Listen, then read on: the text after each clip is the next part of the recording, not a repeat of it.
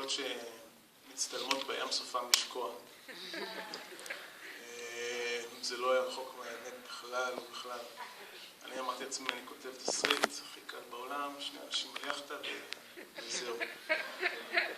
ונראה לי שאני לא חושב על שום דבר שיכול היה לקרות ולא קרה.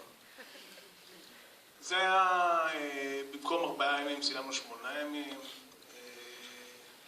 היינו חוזרים עם 20%, 30% מהחומרים כל יום. ביום הראשון ניב גיבה, אמרנו לו, תשמע, יש פה ים קצת סוער וזה, אל תאכל הרבה, מה פתאום, אין שום בעיה, דחף ביצים, דחף זה. אחרי 2 שעתיים החזקנו אותו, הוא מקיא כל מה שיש לו, וכולם שם הכירו. זה היה קריזי. אבל יש לי מזל שיש לי כזה צוות מגניב, שחצי פה, חצי לא פה. רונן, איפה אתה? רונן? רונן? רונן לא פה.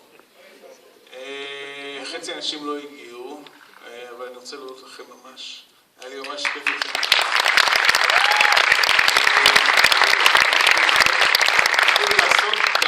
גם הצילומים, גם הפוסט, זה כאילו אנחנו עובדים המון זמן ביחד, ואני נקשרתי אליכם, ואתם בלב שלי. תודה רבה. תודה רבה לכם שבאתם. תודה לנועה מלכברג.